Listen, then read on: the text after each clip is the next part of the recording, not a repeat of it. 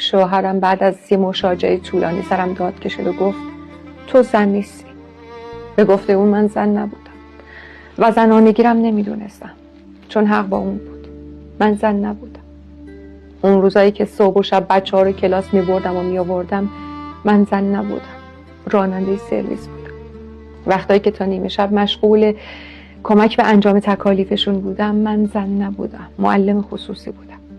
وقتایی که به تنهایی پاکت سنگین میوه و خاربار رو بلند میکردم و میآوردم خونه، من زن نبودم. کارگر بقالی بودم. وقتایی که نصف روزمو تو آشپزخونه میگذروندم و تمام تنم بوی غذا و پیاز سرخ شده میگرفت، من زن نبودم. آشپز بودم. وقتایی که با صرفه‌جویی و چک و چونه زدن بر سر قیمت سعی در پسنداز برای روز مبادا داشتم، زن نبودم. من قلک پسنداز بودم. حق با اون بود.